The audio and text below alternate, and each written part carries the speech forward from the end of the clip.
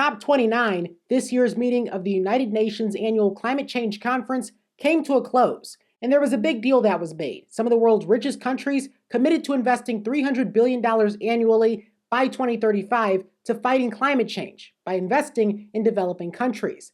However, that amount, it's getting mixed reviews. There are some who say it was simply not enough. The developing country is saying that it's taking the lead with $300 billion till 2035. Is a joke. And it's not something we should take lightly. I do not think it's something we should clap our hands and force us to take it. I do not think so.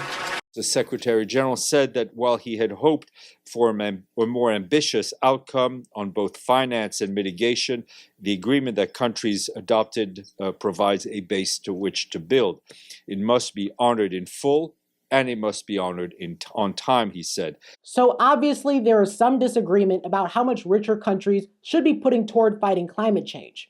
But what does this $300 billion commitment actually mean?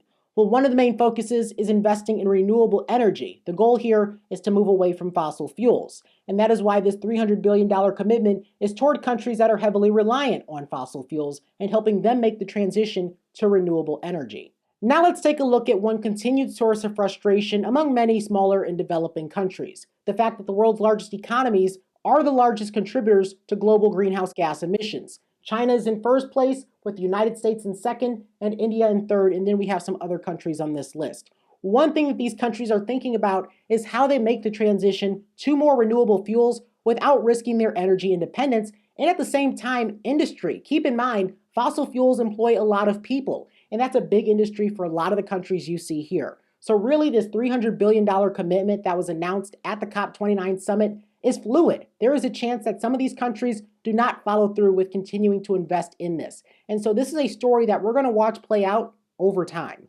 Reporting in Toledo, Ohio, I'm Jaden Jefferson.